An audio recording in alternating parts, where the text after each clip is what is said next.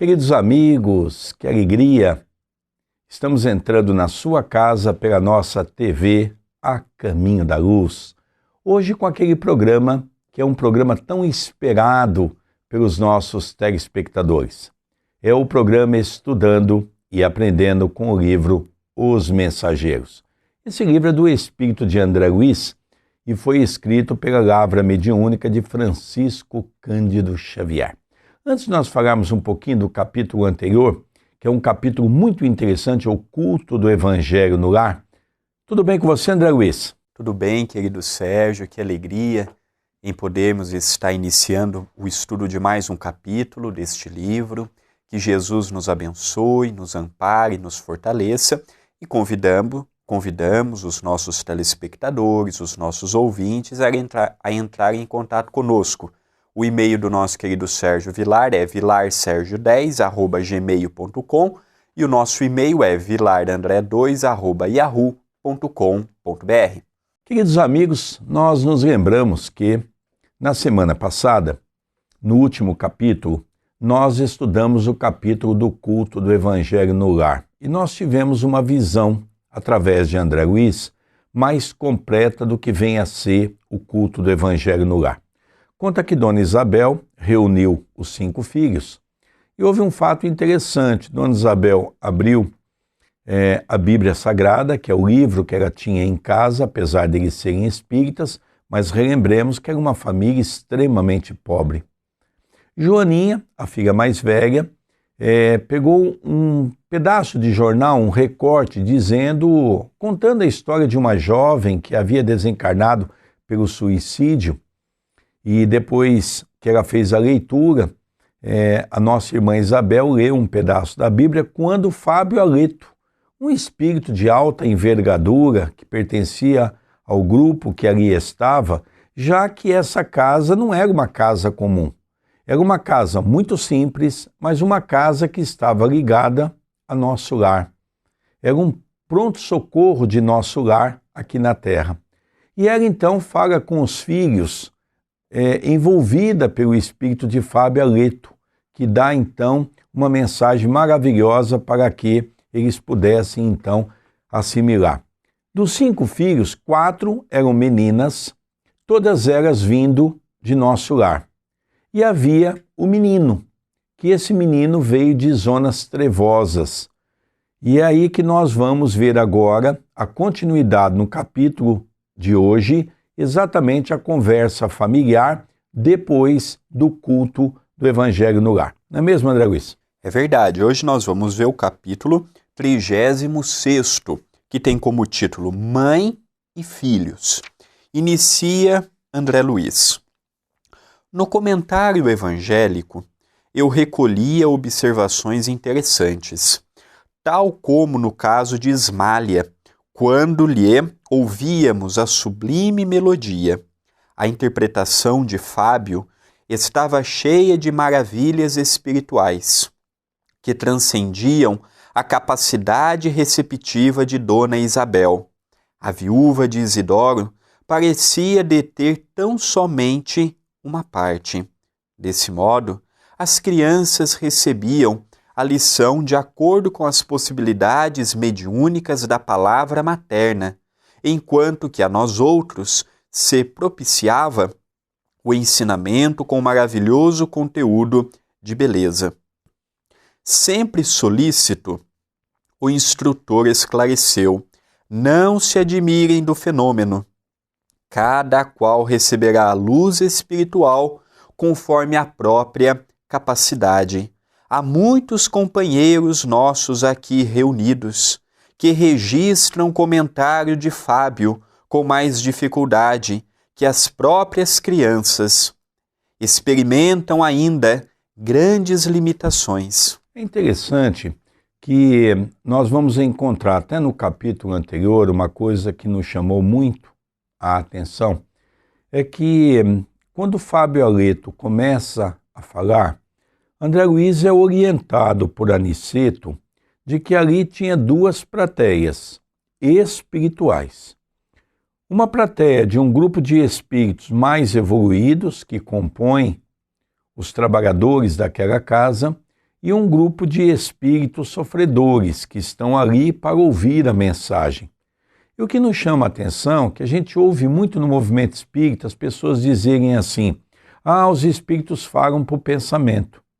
Não é isso que Aniceto disse para nós.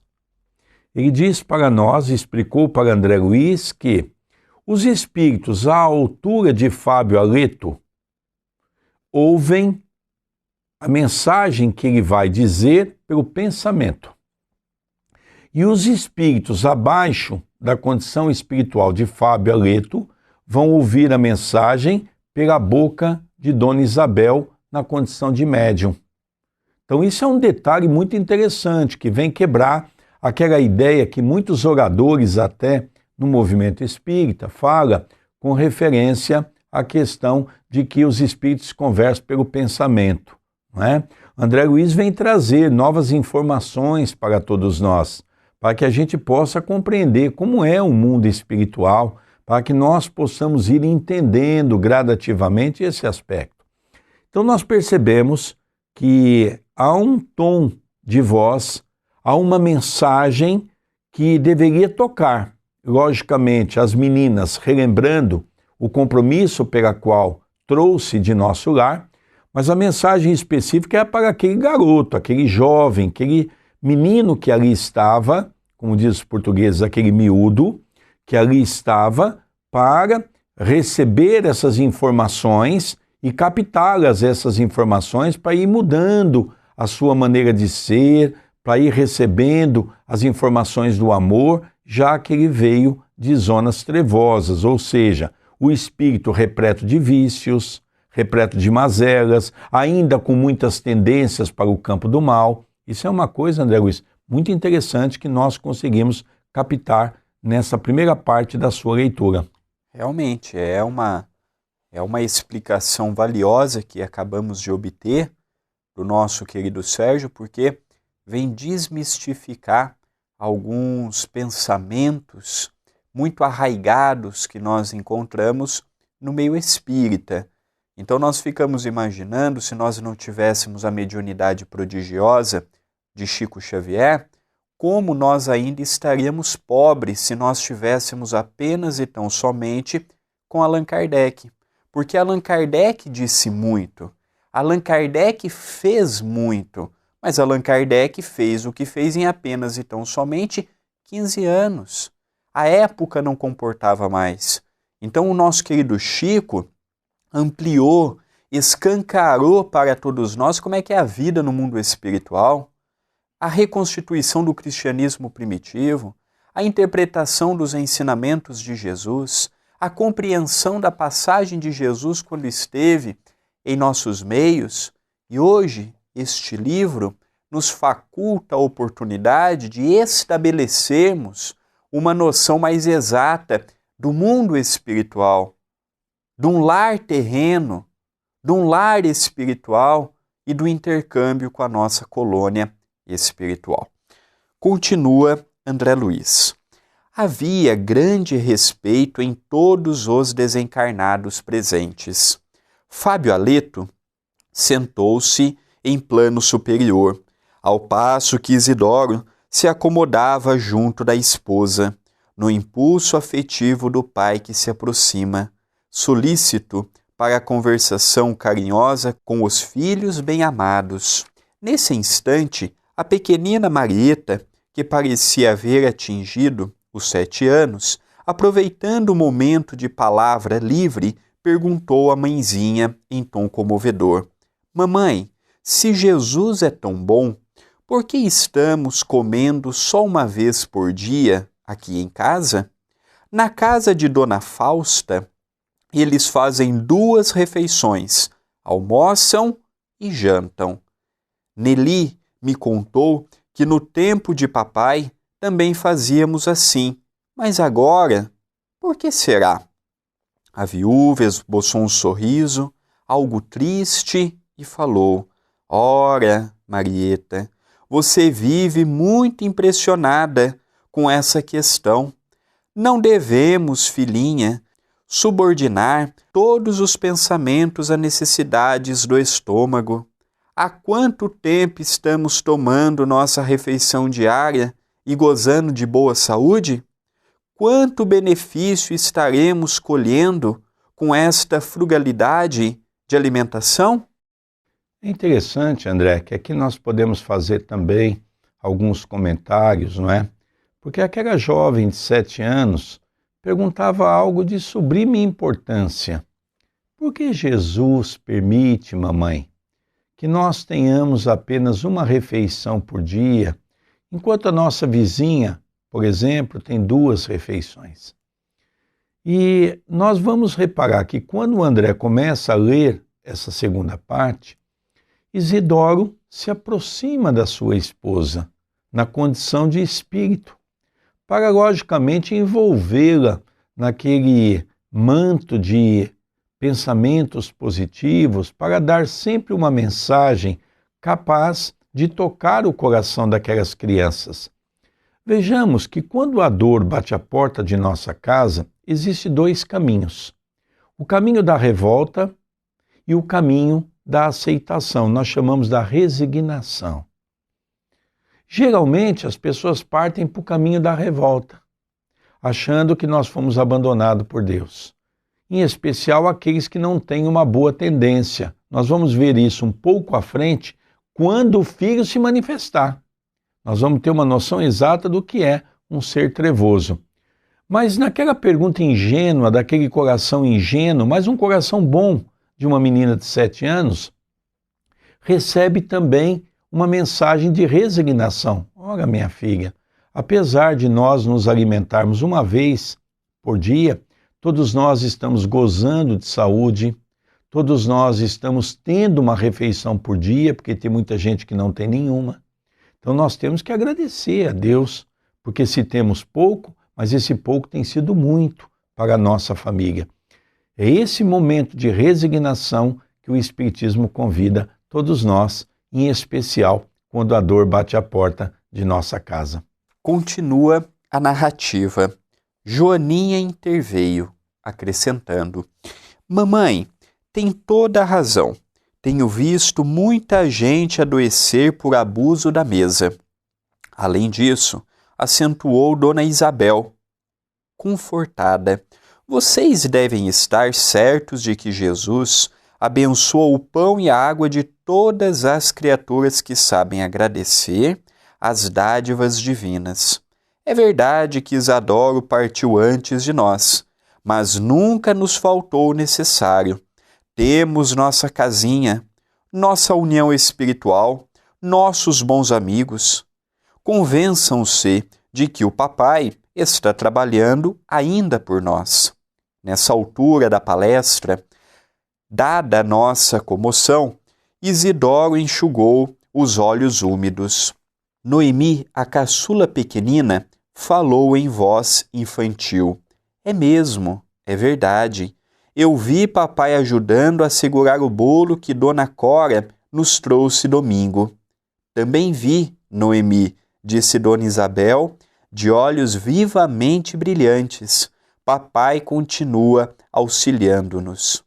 E voltando-se para todos, acentuou: quando sabemos amar e esperar, meus filhos, não nos separamos dos entes queridos que morrem para a vida física. Tenhamos certeza da proteção de Jesus. Veja como é bonito as colocações quando as pessoas compreendem o Evangelho de Jesus. A filha mais velha, Joaninha, teceu um comentário muito interessante. Falou: olha, eu tenho visto muitas pessoas passarem mal, ficarem doentes por tanto comer. Então dizer que ter muita comida faz bem para o corpo não é uma verdade. E é interessante que a conversa vai se desenrolando naquelas perguntas e Isabel também vai entrelaçando, a ponto de a filha Noemi contar, por exemplo, que no dia que foi levado um bolo, ela viu, por exemplo, a figura do pai, Isidoro, que estava auxiliando a levar esse bolo. Isso é a mediunidade de dupla visão. E também Isabel, que nós sabemos que tem a dupla visão, que ela enxerga 20% de toda a sua capacidade mediúnica de enxergar o mundo espiritual, também para não comprometer as suas atividades diárias, ela diz: também vi Isidoro, também vi o pai de vocês que estava muito feliz nas comemorações que fizemos aqui no sábado. Então é interessante, André, como que as coisas vão se recapturando, como que a mediunidade é um fator interessante em nossas vidas. Realmente, a visão que o Espiritismo nos dá de vida terrena, entrelaçando com a vida espiritual, para mim é muito lógico, porque nós começamos a compreender que a vida é uma continuidade natural. Uma continuidade em que hoje tem muita interferência do ontem, seja nos vícios morais, seja no desvio de caráter, seja na situação em que Deus permitiu que viéssemos, com a abastança, com a miséria. Hoje nós conseguimos compreender, por exemplo, que cada um de nós nos encontramos num país que necessitamos estar. O porquê que tem companheiros que estão nos Estados Unidos, ou num país da Europa, que tem os melhores hospitais, que tem os melhores recursos, que tem grandes coisas que nós muitas vezes num país igual aqui no Brasil e num outro país emergente não encontramos. Ao mesmo tempo nós vamos peregrinando por um país da África como Moçambique e tantos outros que ali estão, em que aquelas pessoas vivem como nós vivíamos aqui no Brasil há 150 anos atrás, sem qualquer higiene, sem qualquer preparo, sem qualquer medicação, sendo que muitas crianças desencarnam por coisas simples, por falta de uma vacina, por falta de um remédio, de um alimento bem esterilizado, bem limpo, bem feito. Por que que tem tanta esta diferença? Por que que existe todos esses conflitos envolvendo a sexualidade, envolvendo a necessidade, por exemplo, de você estar num corpo de homem e ter a necessidade de se relacionar com outro homem? Hoje nós conseguimos encarar com naturalidade tudo isto que até pouco tempo atrás era visto como um absurdo, como uma coisa fora do normal. Mas a reencarnação nos possibilita compreendermos que o intercâmbio é incessante. A morte não existe, o que morre é o corpo. O espírito não morre. Continuamos a nossa evolução de acertos em acertos, de erros em erros, muitas vezes tendo a necessidade de fazer novamente aquela matéria que reprovamos. Então aqui nós vemos claramente que quando nós compreendemos que a vida é passageira e que a morte é uma ilusão aos olhos da carne, nós passamos a entender que tudo se transforma para o bem comum. Continua a narrativa. Marieta, parecendo agora absolutamente tranquila, assentiu. Quando a senhora fala, mamãe, eu sinto que tudo é verdade. Como Jesus é bom! E se nós não tivéssemos a senhora? Tenho visto os pequenos mendigos abandonados. Talvez não comam coisa alguma. Talvez não tenham amigos como os nossos. Ah, como devemos ser agradecidos ao céu! A viúva que se confortava visivelmente, ouvindo aquelas palavras, exclamou com profunda emoção: muito bem, minha filha, nunca deveremos reclamar, e sim louvar sempre. E possivelmente não saberia você compreender a situação se estivéssemos em mesas lautas. Observei, porém, que o menino não compartilhava aquele dilúvio de bênçãos. Entre Dona Isabel e as 4 filhinhas havia permuta constante de vibrações luminosas, como se estivessem identificadas no mesmo ideal e unidas numa só posição. Mas O rapazote permanecia espiritualmente distante, fechado num círculo de sombras. De quando em quando sorria irônico, insensível à significação do momento. Valendo-se da pausa mais longa, ele perguntou à genitora, menos respeitosamente. Agora, André, nós vamos entrar num campo de uma conversa pela qual sai daquele campo da luminosidade.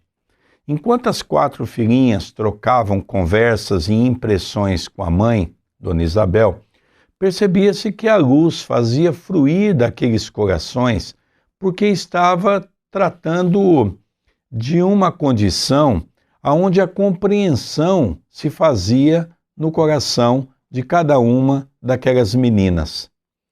Mas o menino sempre arredio, sempre indiferente àquela conversa não tocava o seu coração. É interessante, André, que as meninas também fazem notar como seria sem a mãe, já que haviam perdido o pai, ou seja, não perderam porque não morreu eternamente. O pai havia viajado, retornado para o mundo espiritual, e Isidoro estava ali presente, não em corpo físico, mas em corpo perispiritual. E ele acompanhava todo o desenrolar da família. E uma delas diz assim: olha, mamãe, como é interessante, temos muitos amigos, somos muito respeitados.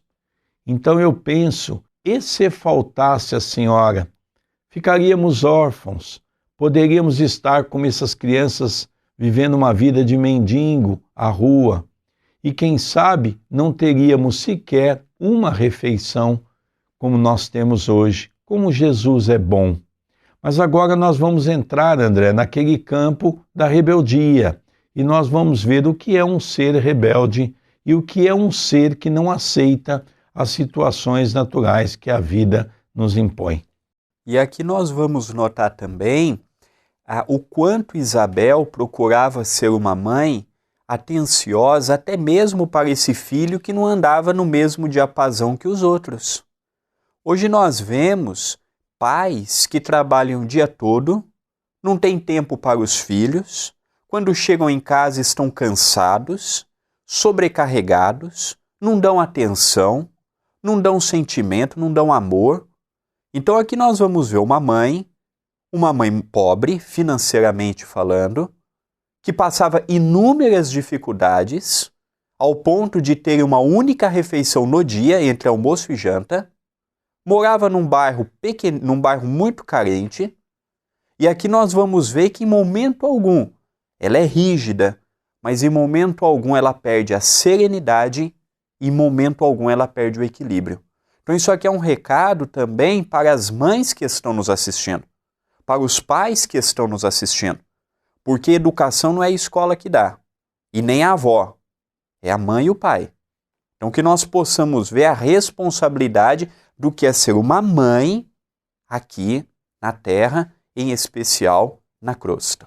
Aquele menino estava circunscrito a um grupo de espíritos trevosos. Vamos ver agora, e eu gostaria que você prestasse atenção na leitura, porque agora a mãe muda a sua colocação.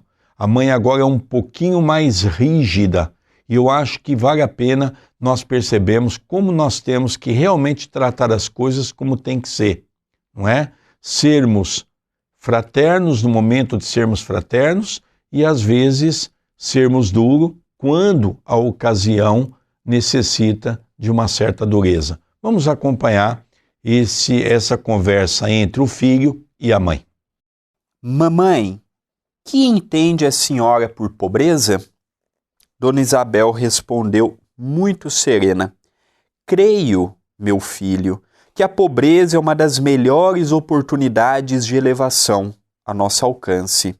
Estou convencida de que os homens afortunados têm uma grande tarefa a cumprir na terra, mas admito que os pobres, além da missão que lhes cabe no mundo, são mais livres e mais felizes. Na pobreza, é mais fácil encontrar a amizade sincera, a visão da assistência de Deus, os tesouros da natureza, a riqueza das alegrias simples e puras. É claro que não me refiro aos ociosos e ingratos dos caminhos terrenos. Refiro-me aos pobres que trabalham e guardam a fé. O homem de grandes possibilidades financeiras muito dificilmente saberá discernir entre a afeição e o interesse mesquinho. Crente de que tudo pode, nem sempre consegue entender a divina proteção. Pelo conforto viciado a que se entrega, as mais das vezes se afasta das bênçãos da natureza. Em vista de muito satisfazer aos próprios caprichos, restringe a capacidade de alegrar-se e confiar no mundo. É lógico que nesse momento nós sabemos que Isabel está envolvida por Isidoro, no mundo espiritual, seu marido, que já não está mais aqui junto com a família. Mas ela descreve o que é a pobreza de uma maneira magnífica. Realmente, no livro dos Espíritos, nós vamos ver Kardec fazer essa pergunta. Qual é a maior dificuldade? Nascer na pobreza ou na riqueza? E os Espíritos dizem, na riqueza. Porque muitas vezes vamos estimular o nosso orgulho, o nosso egoísmo, a nossa vaidade. Quantas pessoas que têm dinheiro, que têm poder, só têm amigos porque querem usufruir das coisas que ele possui? Quantas pessoas que tinham uma determinada riqueza e ao perder tudo ele diz, também perdi os amigos. Não, você não perdeu o amigo. Você nunca teve amigos. Você teve pessoas que se aproveitavam da sua condição financeira. Amigo é diferente. Amigo é aqueles que estão junto de nós em todos os momentos. É interessante, André, que eu me lembro de algumas histórias que eu ouvia quando frequentava a casa de Chico Xavier, quando iniciei a frequência na casa de Chico Xavier, em torno de 1985, às vezes no Abacateiro era uma multidão muito grande de pessoas. E, logicamente, as coisas que o Chico distribuía não dava para todo mundo.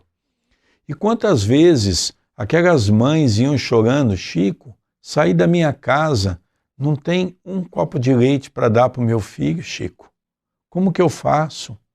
E o Chico então orientava aquelas mães, quando você chegar em casa, coloque um copo com água, faz uma prece, coloque essa água na mamadeira, dê para essa criança e você vai perceber que ela vai dormir serena.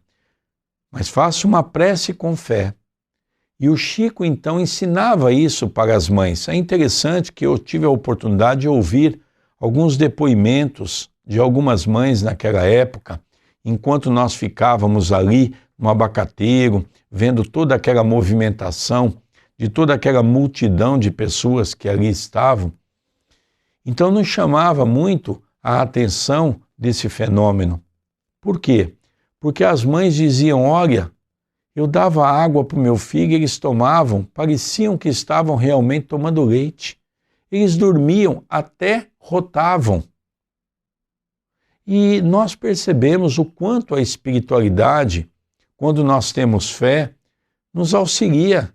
Lógico que a espiritualidade colocou remédio em substâncias como se pudesse substituir o leite. Nós não temos dúvida disso. Então é por isso, André, que nós vemos essa conversa fraterna encandurada com amor, com alegria, para tocar o coração daquela criança.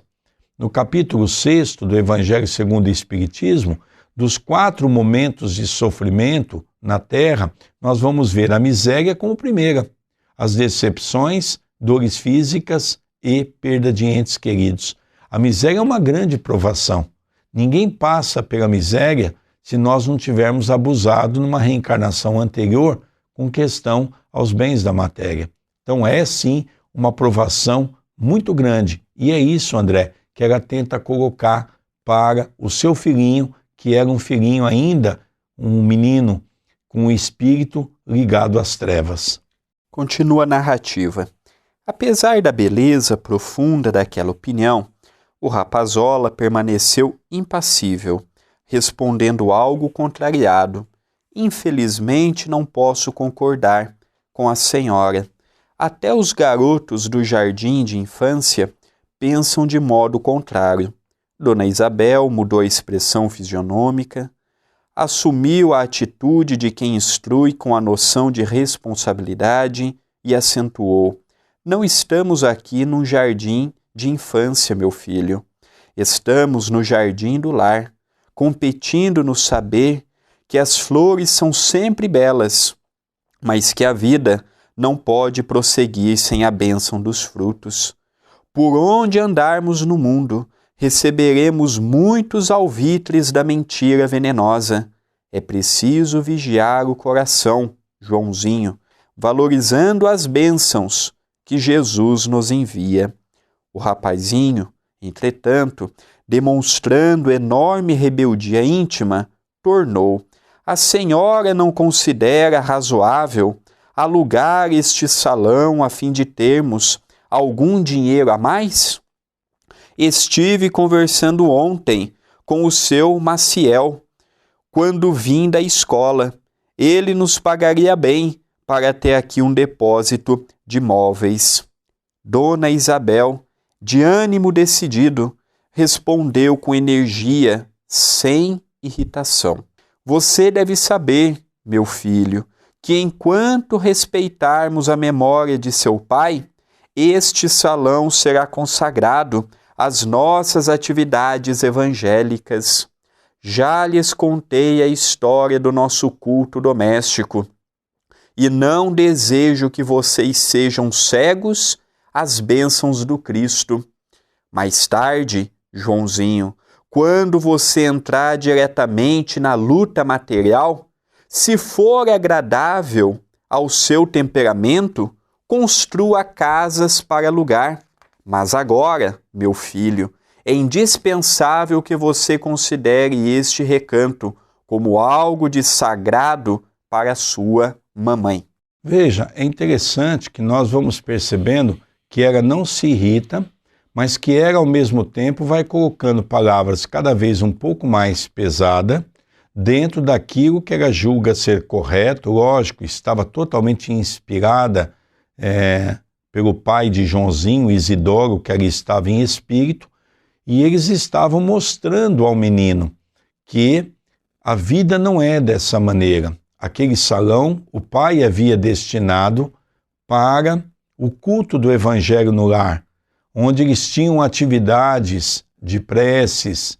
Então, que isso era algo importante porque era a memória do pai, e a mãe julgava ser correto porque ela sentia a presença da espiritualidade maior. Ela, como médium de dupla visão, sabia que os espíritos superiores ali aportavam para auxiliar e que eles estavam vivendo uma vida que, na verdade, não era uma vida de fartura, mas também não era uma vida da mais pura pobreza. Então, eles viviam dentro de uma condição natural. Então, por isso que ela diz: olha, Joãozinho, esse imóvel eu não vou alugar. Se amanhã, quando você crescer, você trabalhar, você construa casas, aluga do jeito que você acha que deve, você vai ganhar dinheiro. Isso nós respeitamos. Mas hoje nós gostaríamos que você respeitasse a ideia de seu pai e que você respeitasse a ideia que nós hoje estamos fazendo o culto do Evangelho no lar. É essa firmeza, é essa crença no Evangelho que realmente dá essa sustentabilidade no campo do bem. Interessante, né, André Luiz? É interessante porque na atualidade nós vemos as crianças mandando em casa. É interessante porque hoje em dia você vê que os pais cedem ao que os filhos querem, acha normal, e aqui nós vemos não. O dia que você tiver o teu dinheiro, o dia que você tiver a tua independência, você faz da tua vida o que você quiser. Mas enquanto você vive aqui às minhas custas, vai ser do meu jeito. Então aqui nós passamos a ver um lar que é pautado no equilíbrio.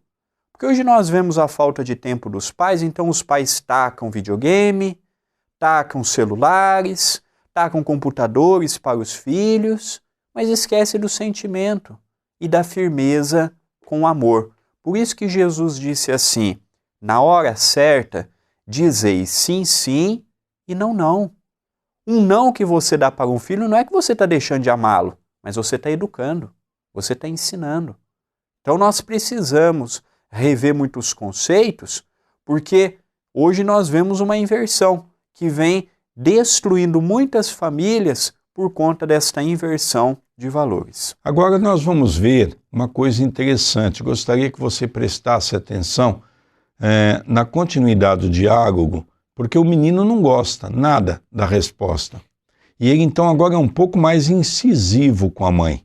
Eu gostaria que vocês percebessem o que é uma mãe, que age com amor, mas que ao mesmo tempo ela vai ser dura com o menino no sentido das correções. Vamos acompanhar. E se eu insistir?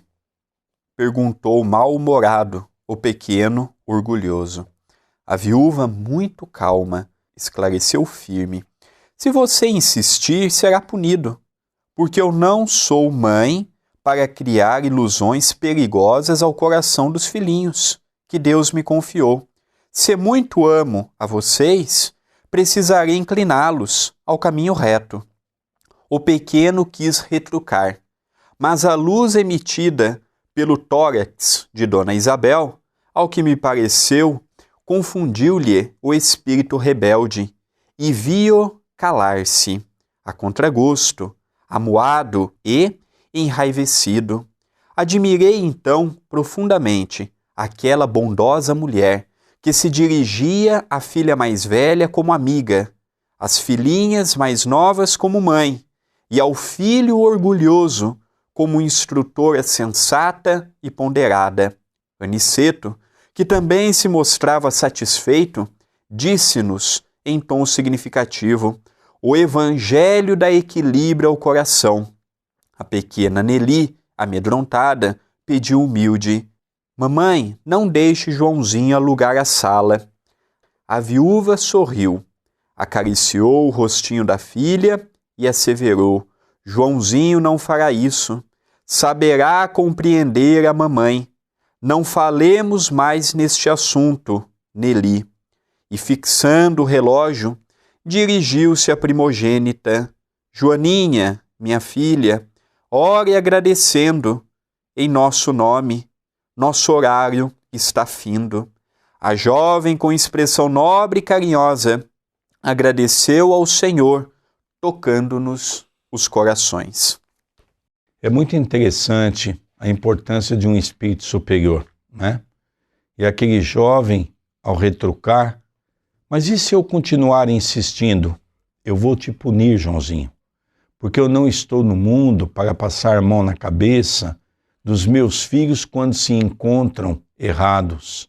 Eu vim para corrigi-los, eu vim para dar a base, e a base eu vou fazer. E ela emitiu uma luz tão forte do seu tórax. Por quê? Porque ela não falava com raiva. Talvez essa é a diferença de quando nós queremos muitas vezes impor alguma coisa aos nossos filhos. Ela falava com amor, com carinho, com dedicação.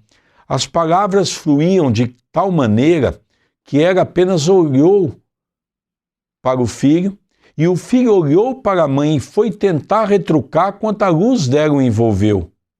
É como antigamente. Antigamente, quando nossos pais diziam não, era não. E não se falava duas vezes nesse assunto. Não é como é hoje. Os filhos dominam os pais. Então nós precisamos repensar o processo educativo. Nós não viemos ao mundo para dar liberdade ao filho para que eles fizessem tudo que eles acham que devam fazer. É uma obrigação nossa direcionar. Ah, mas quando ele chegar a uma certa idade ele vai fazer. Isso é problema dele. Até aos 7 anos cabe a nós darmos o direcionamento. Até a juventude cabe a nós, já que somos nós que o mantemos, dar as coordenadas. E ser, como disse Jesus, sim, sim, não, não, sermos duros no nosso posicionamento. é sim, é não, que é o que falta hoje, pelo que nós temos percebido para os pais da atualidade. É um capítulo fascinante, como todo este livro.